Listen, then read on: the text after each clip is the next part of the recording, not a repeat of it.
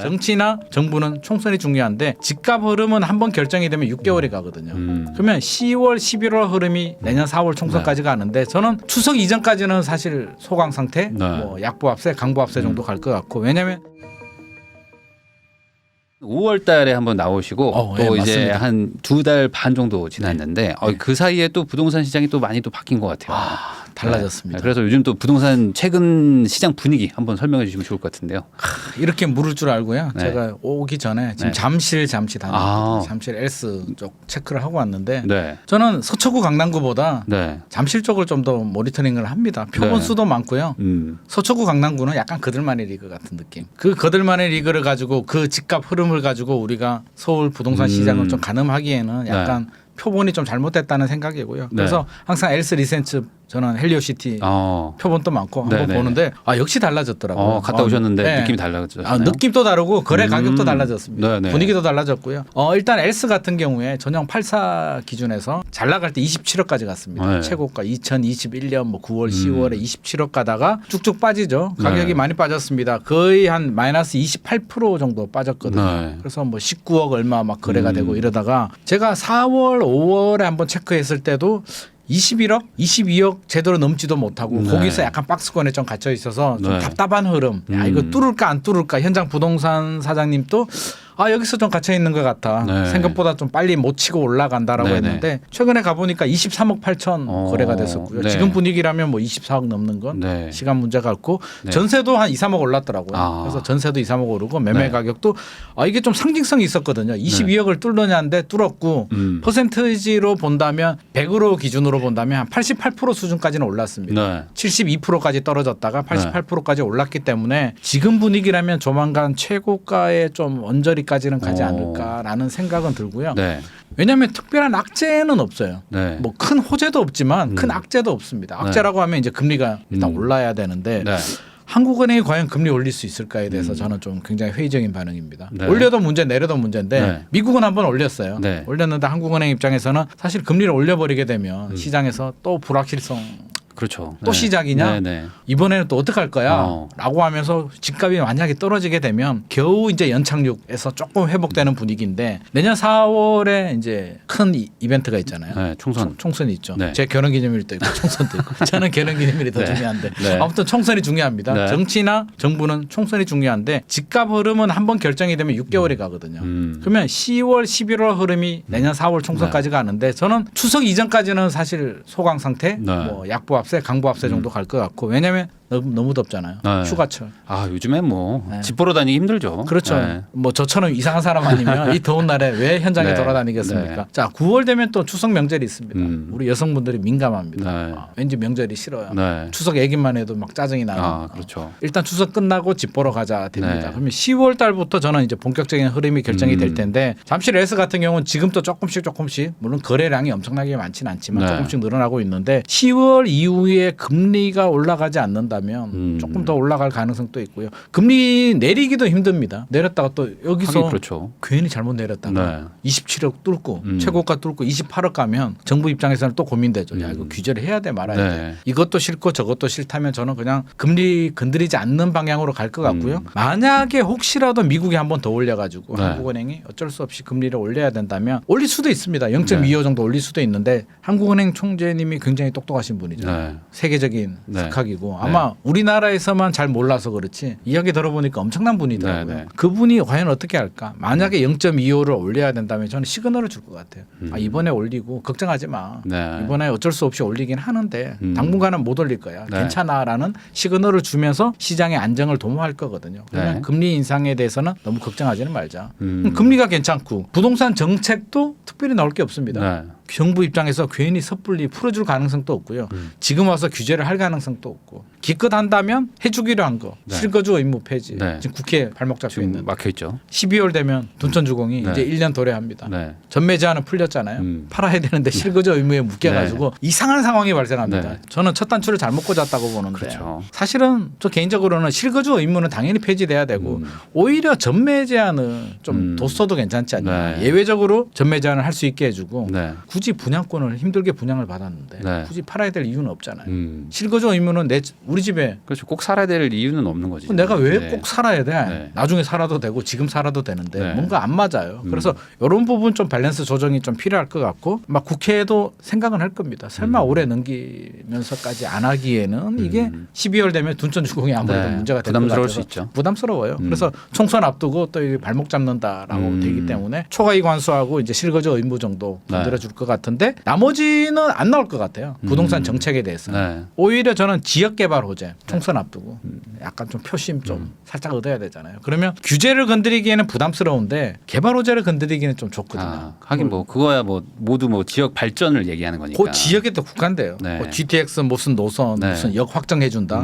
전체 부동산 시장에 아무 영향을 안 주면서 네. 해당 지역에는 또 굉장한 이슈가 되고요. 또 이게 민감한 지역들이 김포, 인천, 그렇죠. 검단 목숨 겁니다. 지하철 노선 하나에 엄청난 반향을 일으키기 때문에 살짝 좀 뭔가 그런 지역에 뭐 역을 하나 더 만들어 준다든지 속도를 좀 빨리 해준다든지 하면 표심에 굉장한 영향을 주거든요. 그럴 수 있죠. 그런 걸 나올 겁니다. 나오면 집값에는 저는 긍정적인 영향을 주지 부정적인 영향을 주지 않을 것이다. 네. 아, 그러면 그러면 뭔가 하반기 쪽에는 좀 집값 상승 쪽에 뭐 지금보다는 조금 나을 더, 것 같습니다. 지금보다는 좀 나을 것 같아요. 왜냐하면 정부 입장에서는 뭐 규제할 가능성도 없고요. 앞서서 말했듯이 금리도 그렇고. 그럼 또 하나의 변수가 이제 전세 하락하시는 분들이 이제 그렇죠. 역전세 지금 역전세 얘기 많이 나오잖아요. 심각하다. 네. 역전세 전세 가격 떨어지면 집값 떨어지지 않냐? 맞습니다. 전세 가격이 떨어지면 집값 떨어지죠. 근데 저는 그렇게 생각해요.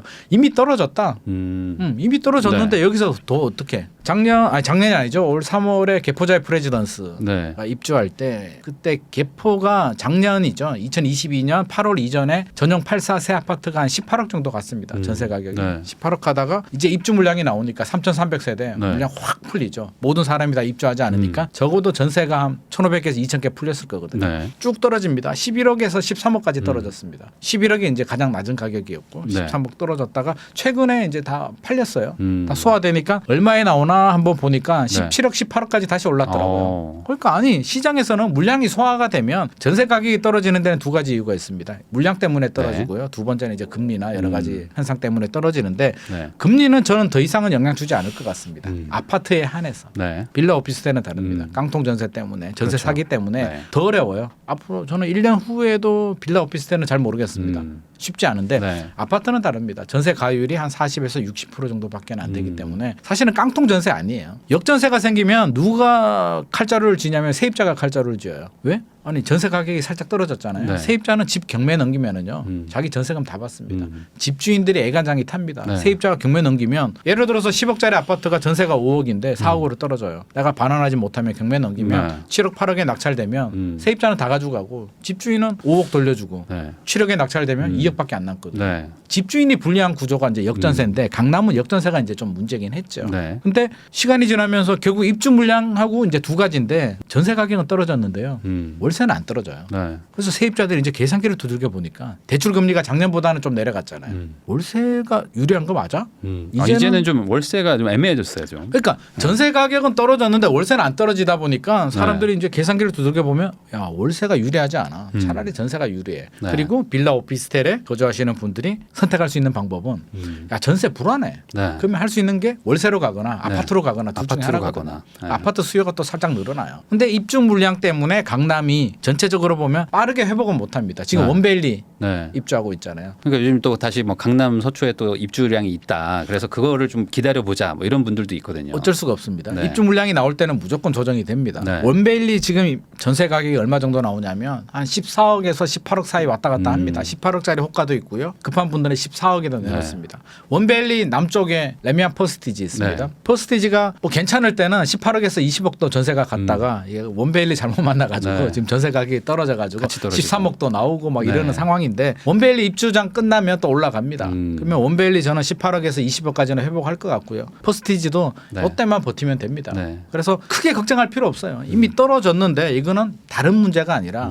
일시적인 입주 네. 물량의 문제이니까 한 6개월 지나면 회복되는 그냥 한시적인 문제고요. 네. 여기서 끝은 아닙니다. 퍼스티아가 하나 더 남았거든요. 네. 개포중구 1단지 네. DH 퍼스티아 아이파크가 한 6,700세대. 6,700 세대. 네. 그게 한 11월 12월 되면 개포 쪽에 떠나옵니다. 하자. 네. 그러면 개포의 전세 가격 또 떨어집니다.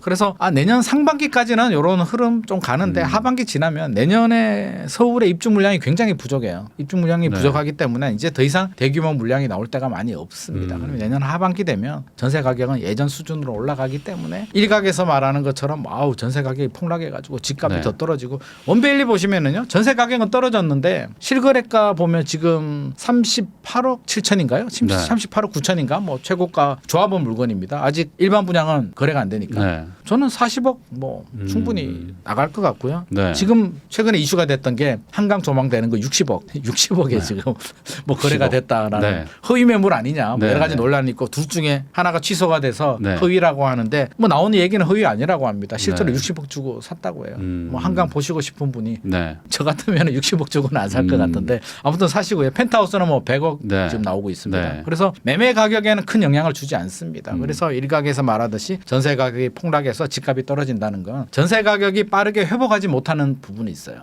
하지만 여기서 더 떨어지는 건 만약에 더 떨어진다면 뭐 강남에 반포에 14억 13억짜리 18억 20억 하다가 13억까지 떨어졌어요. 더 떨어지면 얼마? 7억? 강남에 새 아파트가 전세 7억이면 나머지 지역들은 어떻게 하라는 거야. 그러니까 저는 그런 일이 있을 수가 없다. 근데 이제 전세금을 못 돌려주는 분들이 이제 막 투매 현상을 던질 것이다. 막 이렇게 이런 얘기도 있었는데 그런 자, 거는 이제 돌려줄 수 있을 것이다. 우리가 역전세를 역지사지해 보자고요. 네. 내가 집주인이에요. 강남에 예를 들어서 한 38억짜리 아파트를 가지고 있는데 전세 가격이 떨어집니다. 전세금을 돌려주기 위해서 아파트 가격을 터무니없는 급매물로 네. 예를 들어서 38억에 팔 수 있는 아파트를 30억에 던지겠습니까?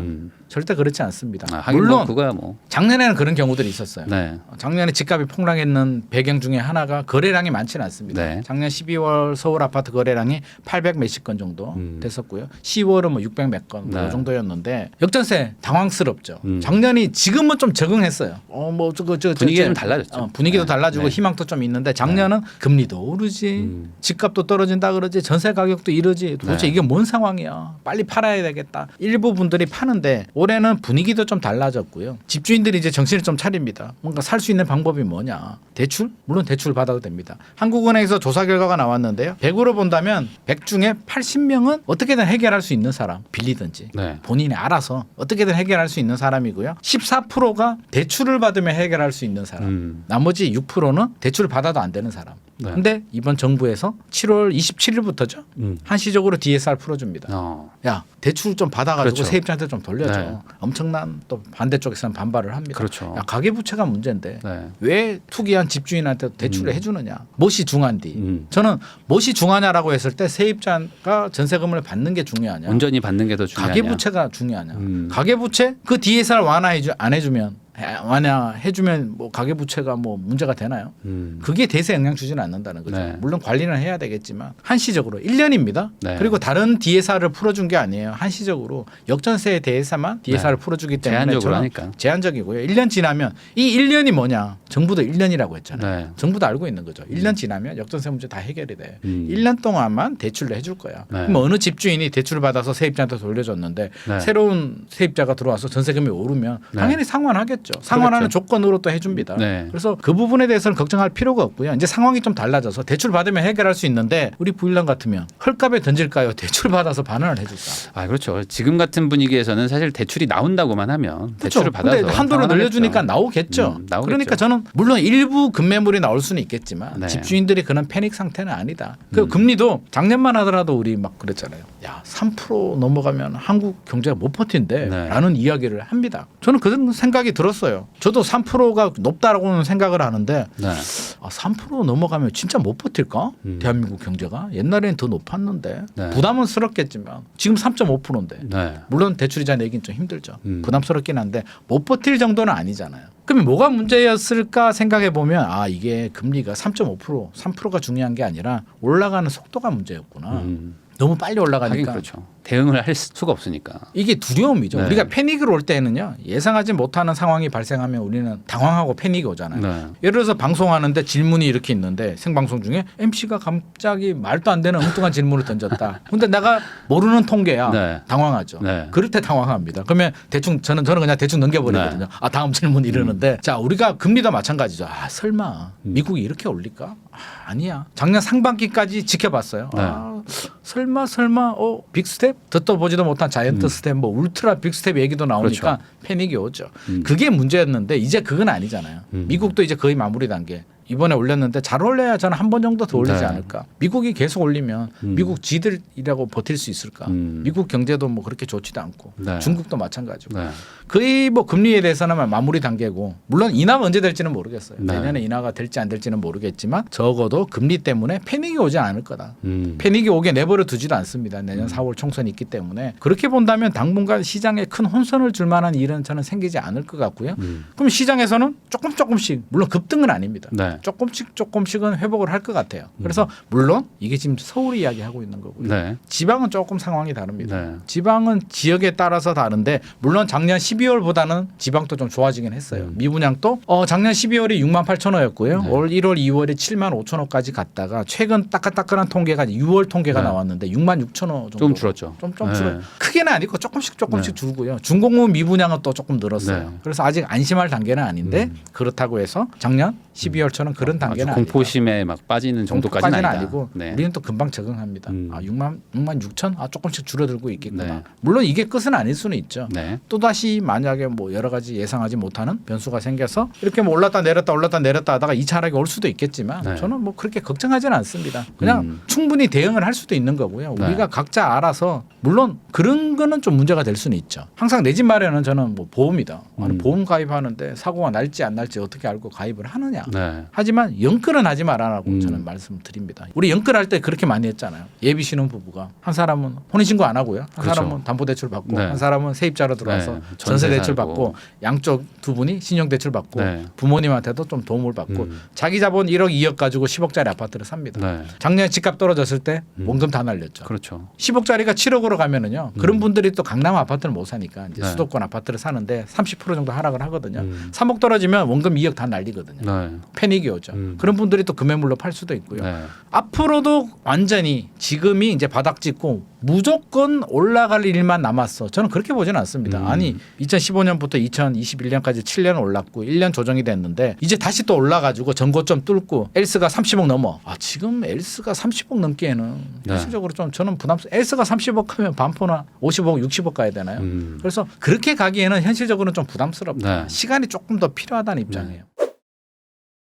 저는 2020년, 2021년 가격은 약간 좀 버블이 있지 않을까. 오버슈팅이라고 보거든요. 네. 우리가 오버슈팅을 제거하는 방법, 버블을 제거하는 방법은 저는 두 가지가 있다고 봐요. 하나는 시간이 지나서 화폐 가치가 떨어지잖아요. 네. 인플레이션에 따라서 시간이 화폐 가치가 지나서? 시간이 지나면 화폐 가치가 떨어져요. 네. 막 폭락 그렇게 강하게 어필하시는 분들은 저는 그런 얘기예요. 아니 직장 다니시면 월급을 받지 않냐. 네. 그러면 당신 월급이 지금부터 그대로 10년 동안 똑같이 월급을 받으면 당신은 좋겠냐. 절대 안 된다는 거죠. 그렇죠. 무슨 소리냐. 음. 월급은 매년 올라야 된대. 월급은 매년 올라서 10년 지나면 지금 연봉 5천이 10년 지나면 7천 정도가 네. 저는 인플레이션 정도 네. 올라간다고 보는데 네 월급은 5천에서 7천 올라가는데 왜 집값은 10년 전하고 지금하고 똑같아야 되냐. 네. 저는 그게 말이 안 된다고 보거든요.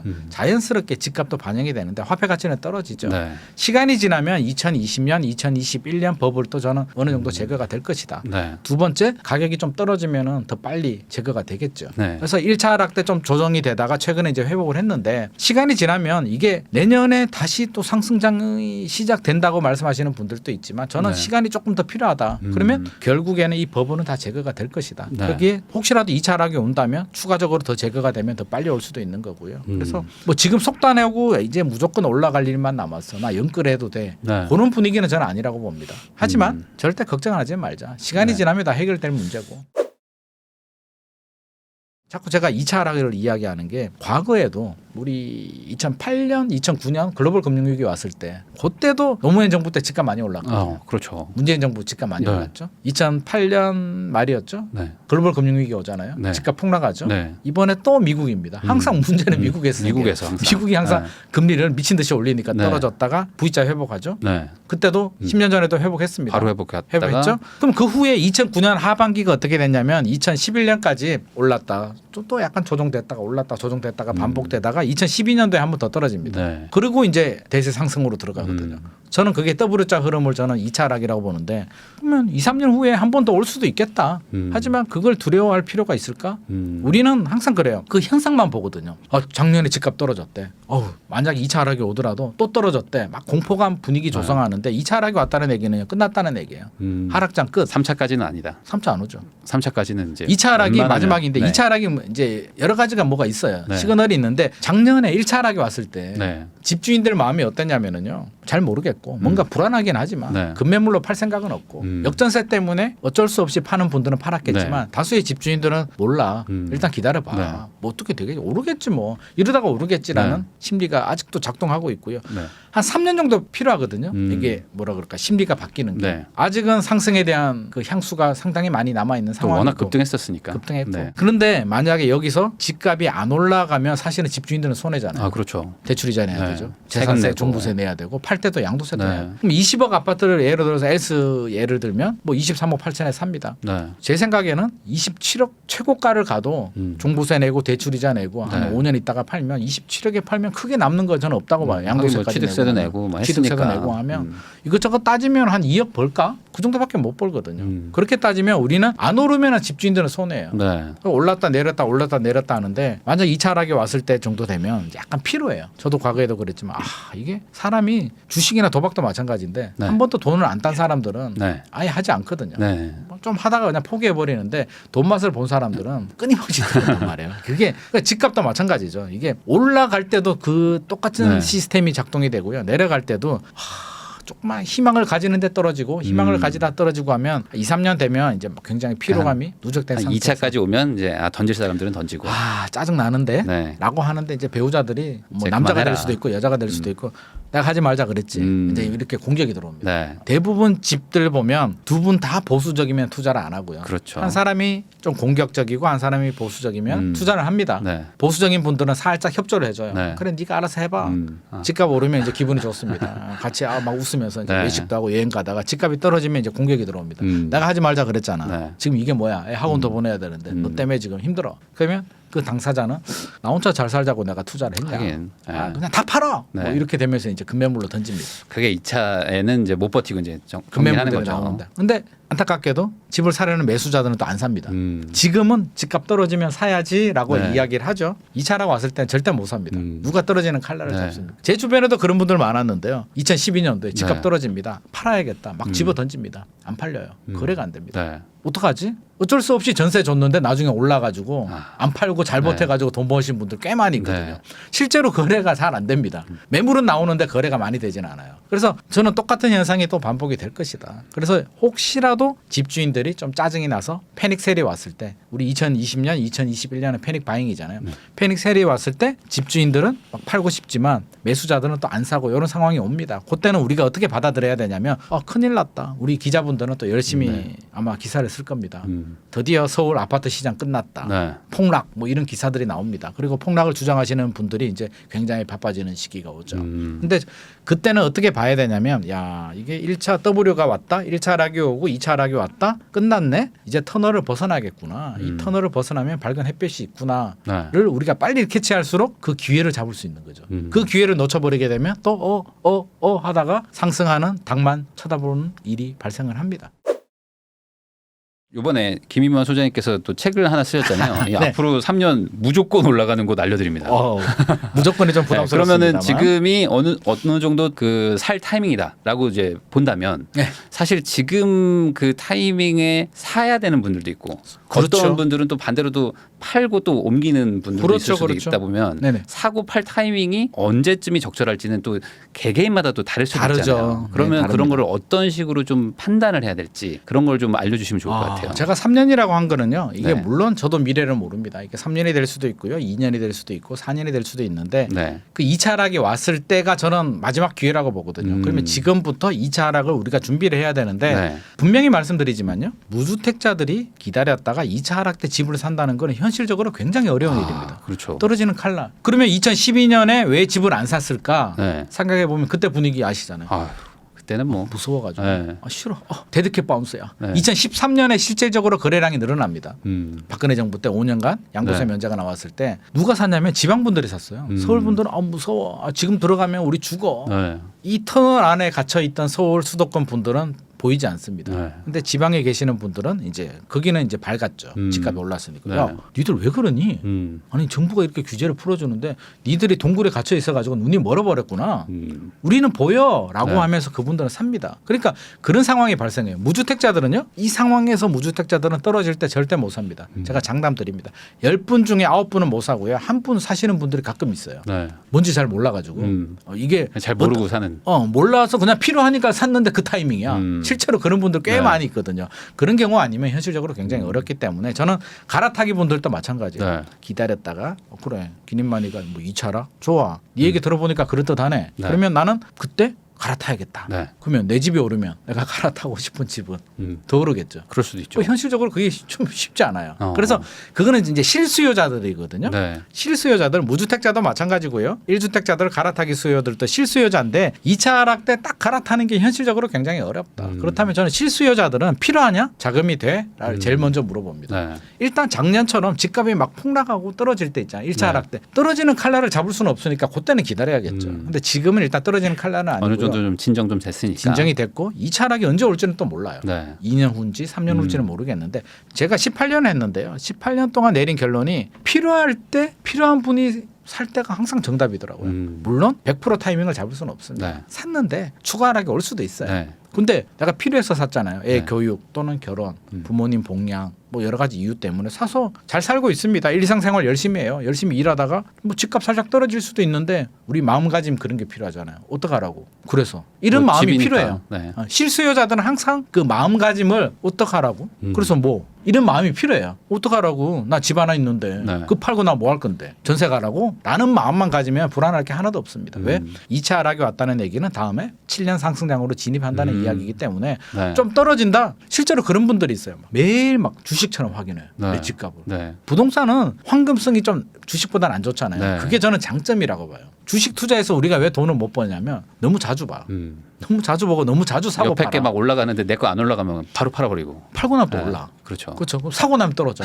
그게 항상 우리 주식의 메커니즘이거든요. 네. 제 주변에도 주식에서 벌 때도 있어요. 근데 잘 보면은요. 10년 딱 좌표 찍고 보면 10년 동안 주식 투자 계속 해가지고 돈 번 사람 저는 별로 못 봤습니다. 근데 부동산은 있어요. 꽤 많아요. 대부분. 왜? 사고 그냥 묻어두거든. 그렇죠. 그러면 내릴 때도 있고 올라갈 때도 있는데 내렸다 올랐다를 계산해가지고 사고 팔고 하면은요. 실제로 부동산 전문가들이나 부동산 그 중개사들 네. 또는 업자들 중에서도 이렇게 하다가 돈 못 번 분들 되게 많아요. 사고 팔고 사고 네. 팔다 물려가지고 또 손해도 보고 네. 벌 때는 버는데 손해도 보고 막 하거든요. 아마 아실 거예요. 네. 근데 대부분 투자자들이나 실수요자들은요. 한 채, 두 채, 세 채 사고 묻어두면은 나중에 또 올라가 있어요. 맞아요. 그러면 이 3년의 의미가 뭐냐면 실수요자들은요. 절대 2차 하락 기다리지 마십시오.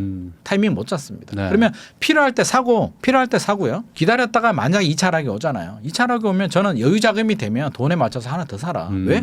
올라갈 가능성이 높으니까. 네. 그래서 추가 구입의 타이밍이지 네. 내 첫 집의 타이밍을 2차 하락 때 잡는 건 그냥 운에 맡겨야 된다는 입장입니다. 그러니까 너무 그러면 무리해서 이번에 사지 말고 좀 어느 정도 그건 좀 자기 상황에 네, 따라 다르죠. 적정하게 좀 사고. 예를 들어서 지금 자금이 좀 돼요. 네. 부모님이 또 증여도 좀 해준대. 여러 가지 여건이 되고 뭐 결혼하실 배우자도 그래 내 집 마련해서 출발하자 그러면 네. 자기 자본에 맞춰서 아까 1억 2억을 10억으로 레버리지로 하는 거는 좀 저는 위험하다고 하는 그거는 입장인데 그렇죠. 자기 자본이나 부모님이 도와줘서 한 5억 정도 되고 한 8억이나 10억 정도 아파트를 산다. 대출 네. 좀 받아서. 그리고 내가 상환 능력이 충분히 돼. 네. 금리 좀 더 올라도 3년 정도 이자 내도 아무런 문제가 없어. 이런 분들은 하셔도 된다는 네. 거죠. 갈아타기 내 집은 한 2억 떨어졌는데 갈아타고 싶어 하는 집은 한 3, 4억 떨어졌어. 그럴 수도 있잖아요. 네. 왜? 갈아타고 싶어 하는 집이 좀 더 비싸니까. 조금 더 좋은 지역이니까. 네. 같은 10%라도요. 좋은 아파트가 좀 더 떨어지거든요. 그러면 같은 조건이면 좀 더 떨어지면 갈아타도 되는 네. 거죠. 했는데 자금이 부족하신 분들. 나 이제 직장생활 처음 시작해가지고 네. 1,000만 원 모았어.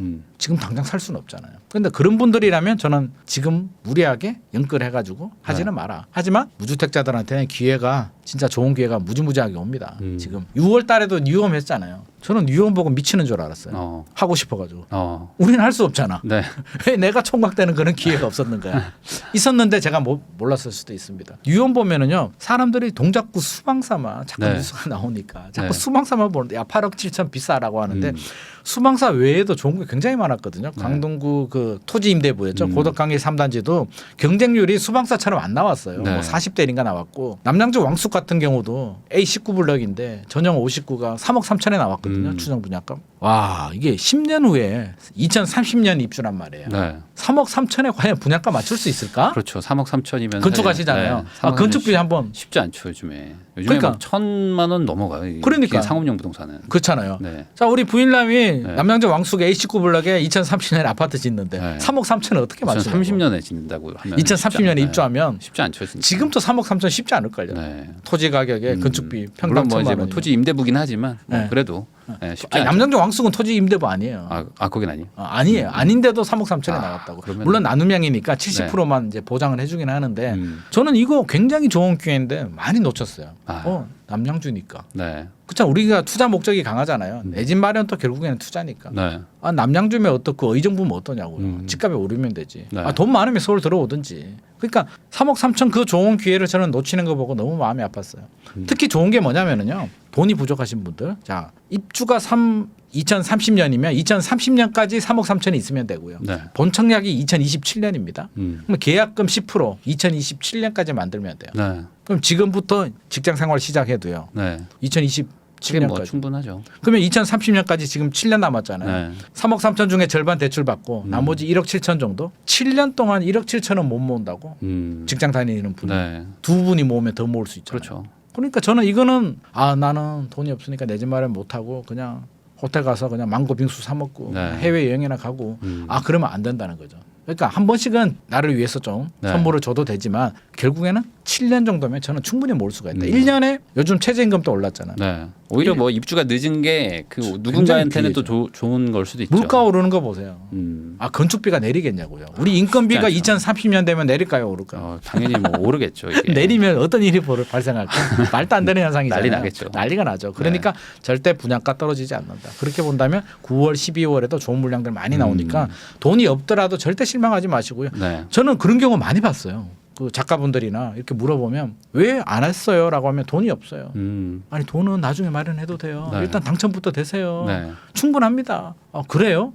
생각보다 관심 없는 분들이 너무 많아가지고 저는 깜짝깜짝 놀라는데 부동산 방송 작가님들도 그래요. 그러니까 제발 그러지는 맙시다. 우리 부일남 보고 네. 제발 좀 정신줄 놓지 말고 준비 제대로 해야 될 것 같습니다. 하긴 그 정확하게 내가 돈이 언제 필요한지 이런 걸 좀 따져 보면 그렇죠. 내가 계획을 세우면 되는 건데 그냥 무작정 그렇죠. 그냥 내가 뭐 안 될 것 같다 그냥 이렇게 대충 계산해 버리면 그러니까 단정 지어 버린다는 거죠. 네. 그리고 돈도요 한 달에 100만 원 모을 수 있잖아요. 네. 그 100만 원 모으면 2030년까지 저는 충분히 가능하다. 그렇죠. 그런 거 그러니까 가능하니까 좀 희망을 가지고 그런 하는 게 좋을 것 것들까지 좀 같습니다. 계산도 해보시면 좋을 것 같습니다. 자, 제가 2차 하락 말씀드렸잖아요. 그래도 좋아. 나 지금 집 하나 있는데 그리고 네. 2차 하락 때 돈 좀 모아가지고 2차 하락이 언제 올지 모르겠지만 지금 또 조금 여윳돈이 있고 2, 3년 동안 돈을 더 모을 수도 있어. 네. 하나 더 사는 게 괜찮을 것 같아. 네. 집 하나는 인플레이션 방어밖에 안 되니까 하나 있는데 집값 오르면 갈아타고 싶은 집은 더 올라가 있으니까 네. 사실 그냥 방어하는 거예요. 전세보다 나은 거지 1주택이 모든 걸 해결해 주지 않거든요. 그렇죠. 그러면 2주택은 돼야 나중에 하나 팔아서 네. 수익형 부동산으로 가든 뭐 자녀 결혼 네. 자금으로 마련하든 어떻게든 하잖아요. 그래 2차 하락 때 네. 하나 더 사야겠어. 음. 근데 2차 하락 어떻게 알아? 라고 했을 때 제가 책에 지난번에도 살짝 말씀은 해드렸는데 책에도 설명을 했고요. 네. 앞서서 제가 힌트를 많이 줬어요. 네. 패닉 셀 이야기 했거든요. 패닉셀. 패닉 셀이 나오면 그게 이제 2차 하락의 시작입니다. 집주인들이 버티다가 못 한 2, 버티고. 3년 차 되면 짜증이 나거든요. 음. 실제로 숟가락 집어 던지는 분도 제가 봤는데 네. 남편이 숟가락을 던진대요. 네. 네가 무리하게 사가지고 집값 떨어졌다. 이제 그러면 짜증이 나서 팝니다. 네. 패닉 셀이 오죠. 패닉 셀이 오면 반대로 해석을 하면 미분양이 늘어난다는 얘기예요. 자, 지금 청약시장 분위기 좋잖아요. 다시 좋아졌죠. 좀. 다시 좋아졌죠. 네. 청약시장이 분위기 좋아졌던 이유는 부동산 시장 분위기 자체가 좋아졌고요. 이제 더 이상 떨어지지 않는구나라는 네. 희망이 있는데 살짝 불안은 하잖아요. 네. 계속 올라갈까? 금리, 경기 불확실성, 집값 그래도 높은 것 같은데 여러 가지 불안한 마음이 있단 말이에요. 근데 청약의 장점이 뭐예요? 계약금 10%만 내고 네. 3년 후에 입주하잖아요. 아직 좀 먼 미래니까. 먼 미래고 네. 3년이라는 버퍼링을 그냥 네. 가져버리는 거잖아요. 야, 지금 물가 올라가는 거 봐. 건축비 올라가는 거 보면 3년 후 지금 분양가가 가장 저렴한 거 아닐까라는 걸 이제 눈치를 좀 챘어. 네. 사람들이. 아, 물가 올라가는 거 보니까 지금 분양가 뭐 13억 요즘 이렇게 나오더라고요. 네. 뭐 구이 그 롯데캐슬 또 13억에 그 될까 이랬는데 현장 주민들도 야, 너무 비싸다고 했는데 다 끝났잖아요. 광명 쪽도 마찬가지거든요. 사람들이 눈치를 챘죠. 네. 3년 후에는 분양가가 이 분양가 못 맞춘다는 거.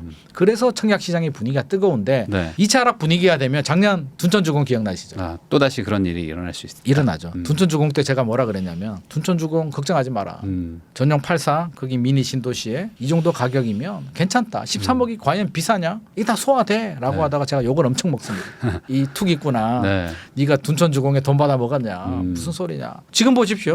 프리미엄 뭐 6억 붙었다고 하대요. 그렇죠. 네. 프리미엄 6억 붙었어요. 제 말에 맞았잖아. 그러니까 그 가치를 제대로 봐야지 그 분위기에 휩쓸리면 그런 일이 발생하는 거죠. 그러니까 패닉셀이 발생하면 분명히 또 그런 분위기 됩니다. 작년 12월 분위기. 네. 둔천주공도 안 되는 분위기야. 미분양 급증하죠. 국토부에서 개입을 합니다. 네. 미분양이 급증한다는 얘기는 PF 대출이 문제가 된다는 얘기고요. PF 대출이 문제가 되면 우리나라 금융시장이 흔들리죠. 네. 정부는 무조건 개입을 합니다. 개입을 해서 규제를 풀죠. 무슨 규제를 풀까요? 청약 관련해서도 풀고 여러 가지를 네, 풀겠죠. 대출도 그러면 풀고. 그가 뭐가 풀리는지를 보면 네. 답이 나오는데 이미 많이 풀어졌어요. 그럼 남은 규제가 뭔지를 우리가 생각해 보면 답이 나오는데 남은 네. 규제가 뭘까? 강남 3구, 용산구 남겨뒀죠. 강남 3구, 용산구 지금은 절대 안 풀립니다. 올해 안 풀립니다. 그게 풀리려면 강남 3구, 용산구 가격이 떨어져야 돼요. 네. 2차 하락이 와야 된다는 얘기죠. MB 때도 2009년에 강남 빼고 규제 지역 풀어졌고요. 2011년에 서초구, 강남구가 풀립니다. 2년 네. 걸렸어요. 그러면 2차 하락이 왔을 때 패닉셀이 오면 미분양이 급증하고 미분양이 한 10만 원 넘어갈 겁니다. 그렇게 되면 네. 10만 원 늘어나면 정부에서 규제 푸는데 서초구, 강남구 풉니다. 일각에서는 야 DSR은 못 풀 거야라고 말씀을 합니다. 저는 풀린다고 봅니다. DSR 못 푼다는 교수님들 많아요. 네. 무슨 우리나라 구조상 무슨 경제 어쩌고 네. 저쩌고 오죽하면 풀겠냐고. 네. 그러니까 가계부채 때문에 안 풀어줘야 된다는 때 저도 공감합니다. 네. 근데 오죽하면 무엇이 중요한디 지금 PF 금융시장 문제 나라 망하게 생겼는데 무슨 가계부채 관리하게 생겼냐고. 그렇게 풀렸을 때 우리는 겁을 먹을 게 아니라 가계부채 문제 때문에 대한민국 망하겠다가 아니라 야 DSR 풀렸으면 오죽하면 정부가 풀어줬겠냐. 네. 이 시기는 결국에는 정부는 풀어주다가 이제 마지막에 오잖아요. 이제 끝났구나. 이제 회복이 되면 다 해결될 문제이기 때문에 네. 회복이 되면 또 이제 다시 또 DSR 규제할 수도 다시 있겠지만 규제할 수 있겠죠. 결국에는 그런 시그널들을 봐야 된다는 거예요. 마지막에 2013년에 나온 거 네. 그때도 말씀드렸잖아요. 5년간 양도세. 면제 음. 빚내서 집 사라. 네. 조세특례법 99조 2항 나옵니다. 계약서에 도장 빵 찍어줍니다. 이게 지자체마다 네. 다른데 파란색 도장 하나 찍어주더라고요. 네. 그거 받으면 2013년부터 2018년까지 발생한 양도 차익에 대해서는 프리패스. 2018년부터 발생하는 양도 차익에 대해서만 세금을 내고 네. 주택수도 빠지죠. 중과세 주택수 같은 건 다 빠집니다. 네. 한마디로 암행어사 마패 같은 건데 서울 분들은 기회를 못 잡았죠. 그러니까 앞으로는 이런 거 나오면 하나 더 사자.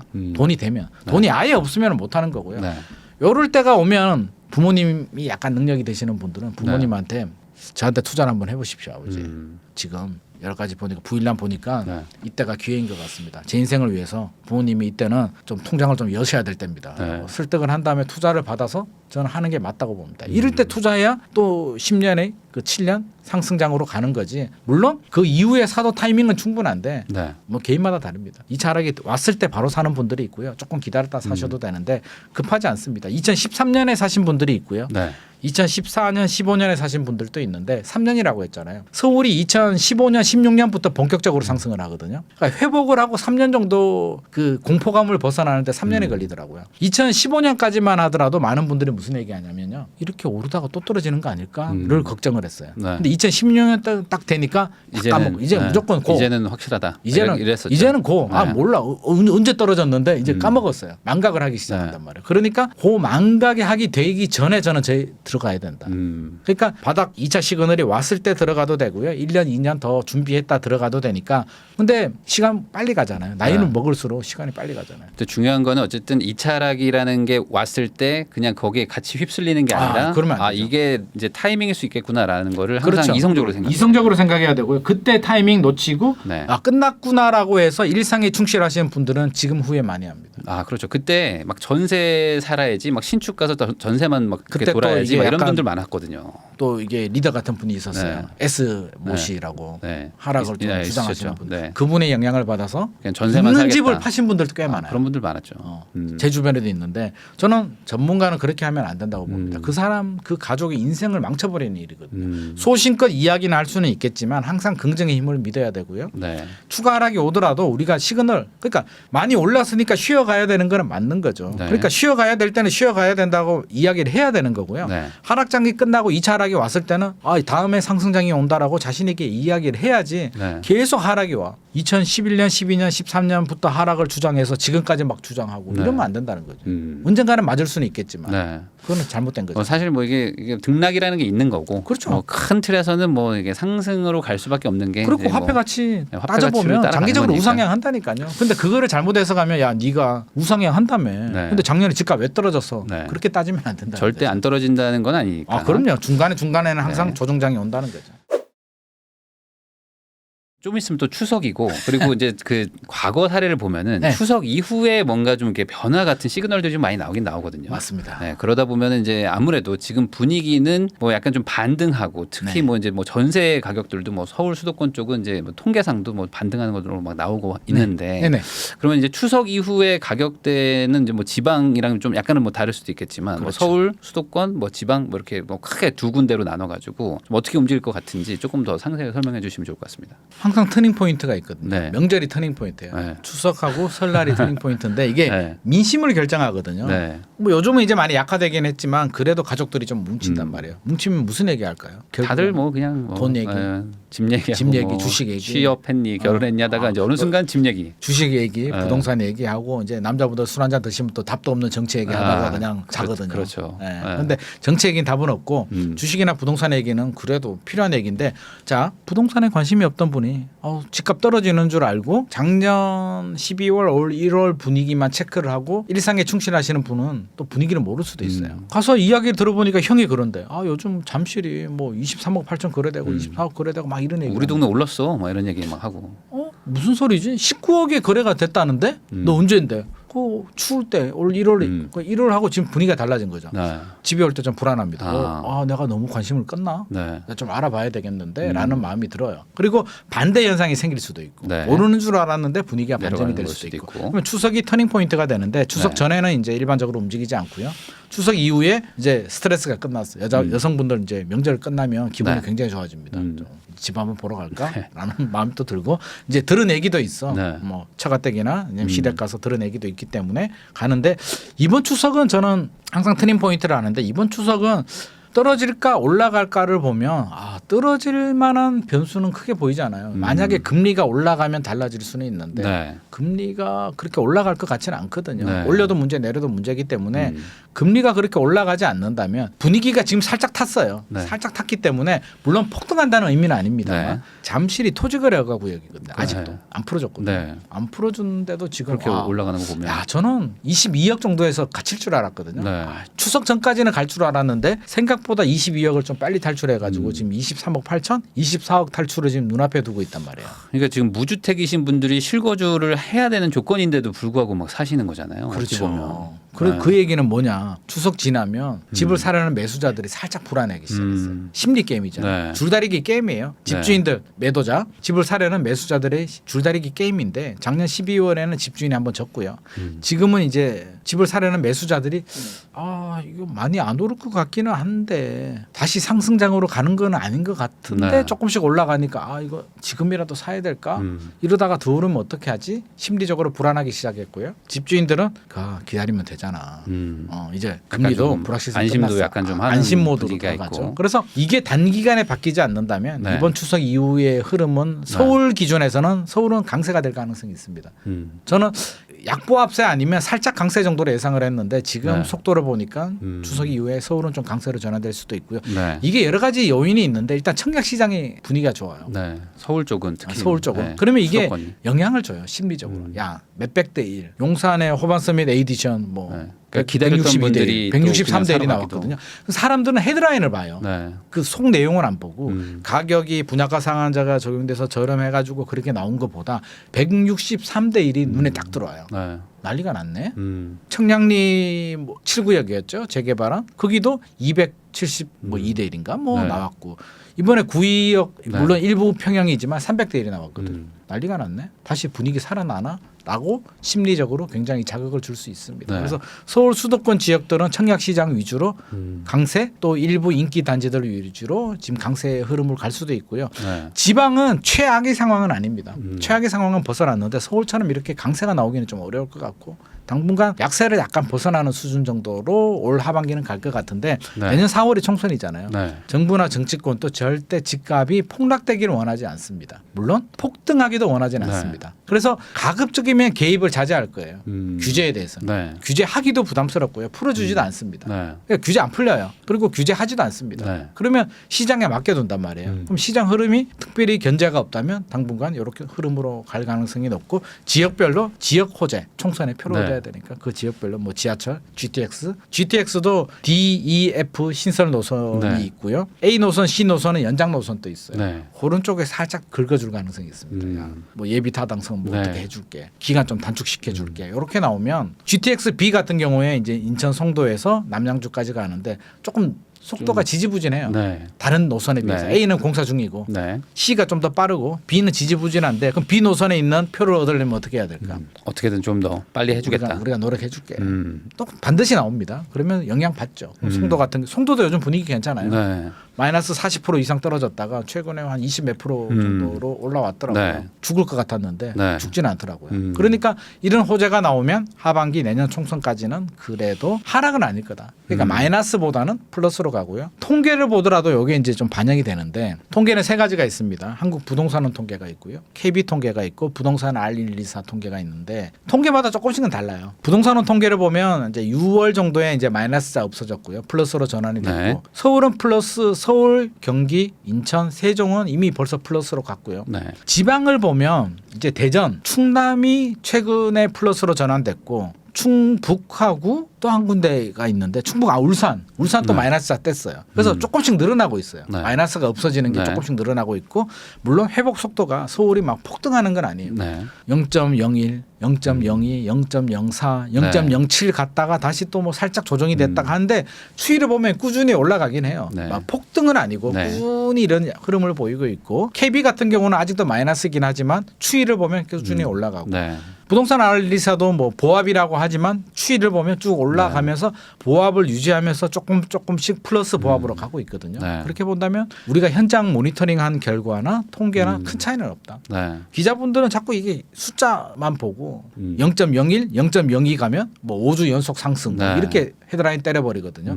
0.01, 0.01 떨어진 거 가지고 0.01 떨어지니까 하락 전환 또 이렇게 네. 때려요. 그러니까 사실 뭐 추이를 그거는, 보면 네. 크게 그렇게 민감 일희일비할 필요는 없지만 네. 저는 항상 1년 6개월 이 추이를 좀 바라고 하거든요. 이 추이를 보면 지금 꺾이는 추이는 아닙니다. 폭등은 아니지만 꾸준히 회복 흐름을 보이고 있기 때문에 적어도 올해 내년 총선까지는 이런 흐름은 갈 것 같고요. 여기서 계속 올라가느냐 뭐 그렇지는 네. 않을 것 같습니다. 우리가 예상하지 못하는 또 변수들이 생길 수도 있고요. 뭐 네. 금리에 또 총선 지나고 무슨 일이 있을지는 모르겠지만 상황에 따라서 또 살짝 조정이 될 수도 있어요. 그래서 네. 당분간은 이렇게 좀 폭등은 아니고 조금 올랐다가 또 네. 뭐 좀 조정이 되다가 이렇게 좀 쉬어가는 타임 정도로 우리가 이해를 하면 될 것 같습니다. 네. 그러면은 뭔가 변곡점이 만약에 생긴다면 지금 약간 뭐 아주 천천히 변하는 이 약상승 보합 정도라면 추석 이후에서는 조금 더 그게 회복 속도가 더 빠를 것 같습니다. 뭔가 변곡점이 생긴다는 거는 아직 우리가 알지 못하는 그 무언가 정도 같은. 그렇죠. 아직, 네. 근데 그거를 가지고 우리가 뭔가는 생기니까 떨어져라고 얘기를 할 수는 없는 거죠. 네. 그래서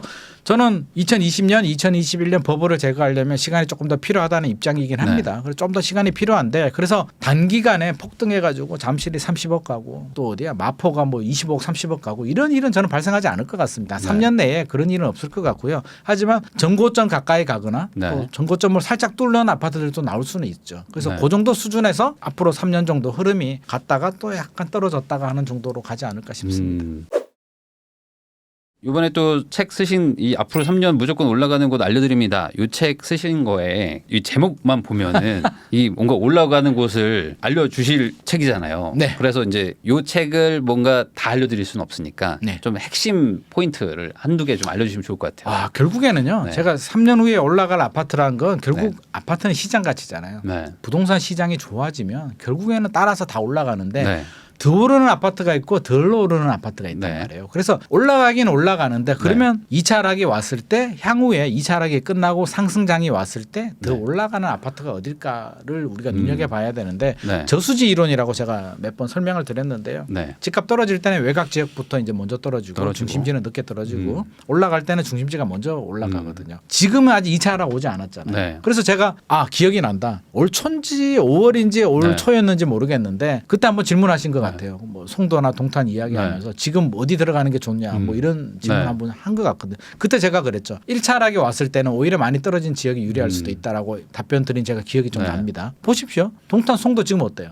지금 뭐 다시 막 회복했어요. 그 상승 폭을 본다면 오히려 서울보다 더 재밌을 수도 있습니다. 네. 투자 대비 효율을 본다면. 네. 그러니까 1차 하락 왔다가 회복을 하잖아요. 네. 결국에는 외곽 지역들 많이 떨어지니까 안 돼가 아니라 1차 하락 때는 외곽 지역부터 먼저 떨어지기 때문에 서울이 뭐 20% 떨어졌다면 서초구 강남구가 송도가 40% 떨어졌다가 20% 수준 회복되면 오히려 서초구 강남구 투자한 것보다 그렇죠. 송도 동탄 투자한 게 효율이 더 좋습니다. 네. 그래서 그 타이밍에 맞춰서 그렇게 가는 거고요. 만약에 3년 후 네. 2차 하락이 왔을 때는 어디가 떨어지느냐. 물론 외곽 지역들도 떨어지겠지만 안 떨어졌던 강남구나 핵심 지역들이 그때는 하락폭이 크단 말이에요.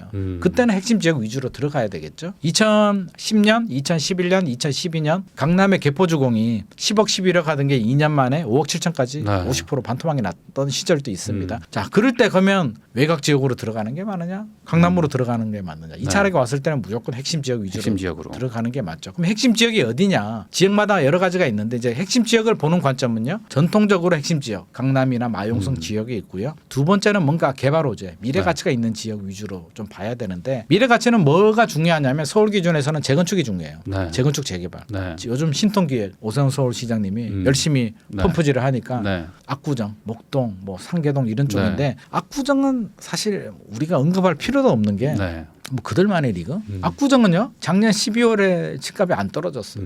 뭐 하락도 거의 없어요. 조정이 별로 없었죠. 압구정 그 실거래를 보면 항상 신고가 갱신하고 있습니다. 최근에도 또 신고가야. 항상 신고가입니다. 그래서 사실 압구정은 우리가 좀 언급을 안 하는 게 맞을 것 같아요. 압구정은 우리 정상적인 부동산 시장의 표본이 아닙니다. 우리 연예인으로 따지면 약간 블랙핑크나 BTS 같은 느낌이에요. 네.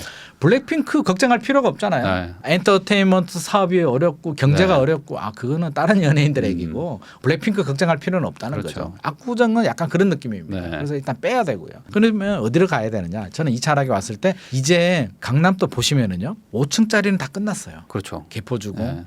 저층 재건축은 끝났고요. 이제 남은 게 뭐냐면 중층 중에서 용적률이 낮은 단지들이에요. 다음 타자란 말이에요. 이제 5층이 없어. 그럼 다음 타자가 누구냐? 용적률이 좋은 다음 타자가 누구냐고요.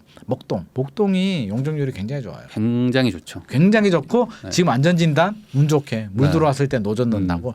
만약에 문재인 정부나 박원순 전 서울시장 시절 같았으면 지금 목동 안전진단 택도 없습니다. 그때는 뭐 다 막혔었죠. 근데 지금 물 들어왔을 때 노를 저었기 때문에 안전진단 통과되면은 한 15년 걸리거든요. 안전진단 또 통과 못하면 아예 안 되는 거고. 그러니까 15년에 이제 좋은 장이 시작이 됩니다. 재건축 재개발은 단계가 있잖아요. 구역 지정되고 추진위 만들고 조합 설립하고 건축 심의 받고 사업 시행 계획하고 관리 처분하고 이주하고 착공 들어가고 단계별로 플랜카드 붙이잖아요. 조합에서 플랜카드 붙일 때마다 집값 올라가거든요. 그렇죠. 플랜카드 효과라고 하는데 그러니까 15년 동안 이제 플랜카드 붙일 일만 남았단 말이에요. 그러니까 저는 목동 지역 당연히 관심을 가져야 되고 목동 비싼데 하면 저는 상계동. 상계동. 대단지 서울에서 미니 신도시 거기에 용적률이 괜찮은 대규모 단지들이 지역들이 사실은 몇 개 없어요. 네. 고속도 개발이 끝났고. 요거는 좀 찾아보면은 사실 몇 군데 안 나오잖아요. 서울은 진짜 몇 네. 군데 없어요. 네. 그렇다고 해서 2000년 이후에 지은 아파트를 재건축으로 들어갈 수는 없는 그렇죠. 거잖아. 네. 용산에 몇 개 남아 있고 강남에 음마 아파트나 몇 개 남아 있는데 네. 음마 아파트도 사실 용적률이 좋지는 않아요. 그렇죠. 그래서 시간도 오래 걸리고 그 상가도 너무 많아. 음마는. 그래서 시간이 오히려 저는 목동이 차라리 음마보다 빨라지지 않을까 하는 생각도 살짝 듭니다. 그래서 그런 지역들 돈이 부족하면 상계주공 1에서 16단지 있는데 상계주공도 네. 저는 관심 가져도 좋고요. 네. 일기 신도시 뭐 특별법 이야기 나오는데 오래 걸립니다. 아직 네. 특별법 나오지도 않았어요. 하지만 시동을 걸었다는데 저는 의미가 있고요. 한번 시동이 걸리면 되돌리기 어려워요. 윤석열 정부 말해놓은 공약이죠. 거가 있는데 누가 뒤집어? 네. 감히 야당이 뒤집을 수 있을까요? 하긴 또 그 그렇죠. 표가 얼마인데 네. 오히려 더 해준다고 아마 나올 겁니다. 총선도 그렇고요. 다음 대선도 마찬가지입니다. 네. 일단 불은 질러버렸기 때문에 이제 네. 주워 담을 수는 없습니다. 물이 엎어졌어요. 신도시 갑니다. 그러면 일기 신도시 중에서 우리가 물론 5개 네. 다 괜찮긴 하지만 분당하고 일산, 평촌 정도가 또 용적률도 그렇고 네. 특히 분당이 제일 좋긴 한데 분당은 가격이 또 살짝 비싸요. 네. 그러면 분당에 들어가기 어려운 분들이라면 저는 일산 또 네. GTX 연결되잖아요. 네. GTX 연결되면 일산의 단점이 상당히 개선되죠. 일산에 사시는 분들 사실 좀 죄송하긴 한데요. 네. 일산 갈 때마다 느끼는 게 이놈의 교통 이거 진짜 그렇죠. 확 진짜 이거 왜 이렇게 교통이 불편할까? 답이 없어요. 지하철 3호선 타도 1시간 넘게 걸리고요. 네. 강남 나오려면 광역버스 타면 더 걸리고요. 차 타면 아예 답이 안 나오고요. 네. 이거 어떻게 해야 될까? GTX가 유일한 답입니다. GTX 타면 30분이 안 걸립니다. 한 뭐 20 몇 분 걸린다나? 그러니까 그 단점이 극복이 되기 때문에 저는 일산 또 가성비 따져보면 일산에 재건축할 만한 단지들 그리고 GTX역 주변에 좀 문촌하고 이런 단지들 용적률 따져보면서 들어가셔도 좋지 않을까. 평촌은 뭐 교육 환경 좋으니까 네. 평촌도 관심 가지고 3번 중동은 왜 얘기 안 하냐. 그 지역들도 다 괜찮습니다. 그래서 네. 자기 상황에 맞춰서 이렇게 호재가 있는 지역들 그리고 또 하나의 호재는 GTX잖아요. 네. A, B, C, D, F 있는데 네. 노선별로 아마 네이버 검색에도 나오고요. 제 책 봐도 나오는데 제 책에는 별책 부록으로도 네. 만들었어요. 부록으로 해주셨더라고요. 그래서 귀찮으실까봐 네. 그 찾아보기도 귀찮은 분들 많잖아요. 네가 좀 알려주면 안 돼 해가지고 제가 노선별로 다 찾아가지고 아파트 이름 다 적어놨습니다. 네. 그래서 그거 보시고 지금 사셔도 되고요. 2차 하락이 왔을 때 들어가도 됩니다. 그러니까 그 타이밍은 본인의 선택의 문제잖아요. 네. 그러니까 제가 아파트는 찍어뒀으니까 이 아파트 가격 변동폭을 보시고 나중에 타이밍이 될 때 들어가시면 절대 후회 없는 결정이 될 겁니다.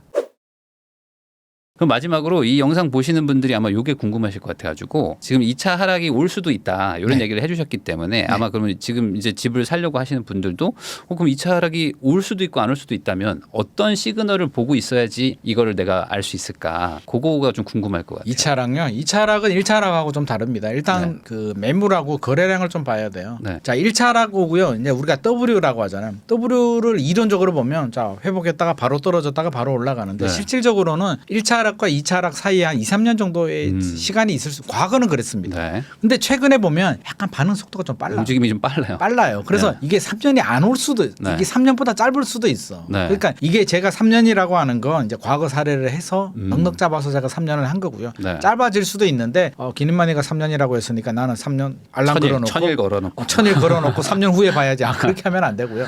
여러 가지 상황을 봐야 되는데 네. 분명히 계속 오르지 올랐다 내렸다를 두세 번 반복을 네. 합니다. 그래서 지금 아마 하반기는 좀 강세가 될 것 같고요. 네. 또 내년 상황은 내년 상황을 지켜봐야 되는데 이 네. 흐름 자체를 그래서 항상 모니터링을 좀 해야 돼요. 그래서 관심을 꺼버리면 안 되고요. 네. 특히 중요한 거는요. 집주인들의 심리가 굉장히 중요해요. 집주인의 심리를 좀 계속 좀 봐야 된다. 주변에 내가 집주인이면 네.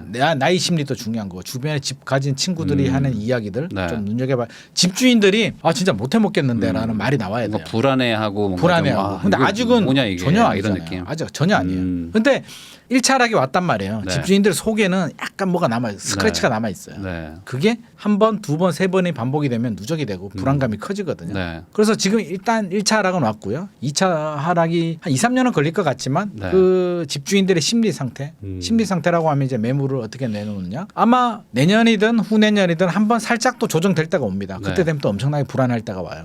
그게 약간 뜨거웠다가 살짝 식었다가 네. 뜨거웠다가 식었다가 두세 번만 반복이 되면 이제 굉장한 피로감이 누적이 되거든요. 그래서 피로감 누적되는 그 시간을 좀 봐야 되고 집주인들이 매물을 얼마 내놓는지를 좀 보셔야 돼요. 근데 네. 작년 같은 경우는 거래량이 600건, 800개 했잖아요. 네. 이게 정상적인 하락이라고 볼 수는 없고요. 거래량이 더 늘어날 겁니다. 네. 2차 하락은요. 분명한 건 만약에 온다면 1차보다는 거래량이 늘어납니다. 거래량이 좀 하락 동반된 거래가 하락. 동반된 하락이에요. 네. 우리 벌집 순환 모형 이론이라고 있으면 네. 이제 침체기 진입했잖아요. 세로축이 가격이고 가로축이 거래량이에요. 이 흐름을 봐야 되는데 떨어지고 이제 회복 때가 오면 거래량이 늘어나요. 거래량이. 근데 가격은 떨어지는데 거래량이 늘어날 때가 있거든요. 그때를 좀 예의 주셔야 돼요. 네. 거래량이 굉장히 중요합니다. 최근 흐름을 보면 거래량이 줄어들면서 가격이 떨어졌잖아요. 네. 그건 1차 하락이고요. 2차 하락일 때는 거래량이 늘어나면서 가격이 떨어집니다. 그러면 그 흐름을 좀 봐야 되는데 어떻게 보느냐. 요즘 앱들이 잘 나오잖아요. 그렇죠. 그래서 앱을 봐도 되고요. 그거 귀찮으면 국토부가 네. 또 친절합니다. 매월 통계를 또 내줘요. 월간 통계를. 그러면 월간 통계 한 달에 한 번씩이라도 좀 보자. 국토부 홈페이지 가면 다운로딩 되거든요. 네. 다른 거 귀찮으면 저는 월간 통계라도 PDF 파일 받아가지고요. 네. 출력해가지고 주말에 커피숍 가가지고 분위기 한번 잡으면서 월간 통계만 봐도 미분양하고 거래량만 봐도 상당히 도움이 됩니다. 그래서 네. 미분양하고 거래량을 보십시오. 다른 거 보지 마시고. 네. 그걸 보시면서 이제 거래량이 동반된 하락이 온다면 이제 2차 어떤 시그널이라고 그렇죠. 볼 수도 있을 2차 것 같다. 시그널이 오고 이제 정부가 움직입니다. 미분양이 늘어나고 네. 하락 거래가 늘어나면 정부가 개입을 하거든요. 네. 정부가 개입하면 그때가 이제 바로 들어가지 마시고 네. 개입을 하고 이제 무슨 규제가 풀리는 이제 서초구 강남구가 풀리고 DSR 풀리고 제일 마지막에 나올지 안 나올지는 모릅니다. 만약에 제가 양도세 특례 네. 나오는데 진짜 양도세 특례 나오면 무조건 들어가십시오. 이거는 이제 더 이상 나올 게 없습니다. 그렇죠. 그거는 정말 그거는 이제 마지막이에요. 끝까지 간 거죠. 네. 네. 그러면 갈 때까지 왔구나. 양도세 특례 나왔구나. 끝났네. 아버지 어머니 찾아가야 됩니다. 아버지 어머니 이제 때가 왔습니다. 네. 저희를 위해서 지갑 좀 열어주십시오. 네. 나와야 됩니다. 이런 식으로 이제 시그널을 좀 확인하시면서 네. 이제 앞으로 어떻게 될지 이성적인 판단이 되게 중요하다. 이렇게 정리할 수 있을 것 같습니다. 오늘은 앞으로 3년 무조건 올라가는 곳 알려드립니다. 라는 책을 쓰신 부동산경제연구소의 김인만 소장님을 모시고 실수요자의 어떤 대응 전략부터 앞으로 하반기 그리고 내년 상반기 어떻게 부동산 시장이 움직일지 한번 살펴보는 시간을 가져봤습니다. 집값의 향방을 알아보고 싶으신 분들한테 많은 도움이 되셨기를 바라고요. 저희는 여기서 이제 시청자분들한테 인사드리면서 영상 마무리하도록 하겠습니다. 소장님 오늘 고생 많으셨습니다. 감사합니다.